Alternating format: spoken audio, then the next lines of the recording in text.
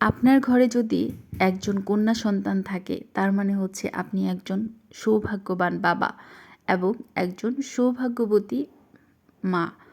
এর কারণ হচ্ছে আল্লাহ যেই ঘরে কন্যা সন্তান পাঠান সেই ঘরে রহমত বরকত দিয়ে পরিপূর্ণ করে দেন প্রত্যেকটি সদস্য এবং পরিবারের প্রতিটি বিষয়ে। আলহামদুলিল্লাহ আমি একজন মেয়ের মা এবং কন্যা সন্তান পাওয়ার কারণে আমার জীবনে আমি আসলে অনেক দিক দিয়ে পরিপূর্ণতা পেয়েছি। তো যাই হোক, আলিফাকে আল্লাহ অনেক বড় করুক। তো এখানে হচ্ছে আব্বু আমার শ্বশুরবাড়িতে এসেছিল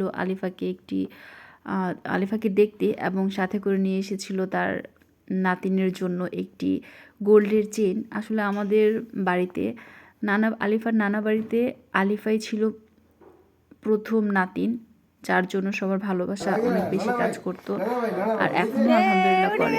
তো আব্বু আসলে খুব ভালোবাসে আলিফাকে। সবাই আলিফার জন্য দোয়া করবেন, আমার আলিফা যাতে সুস্থ থাকে।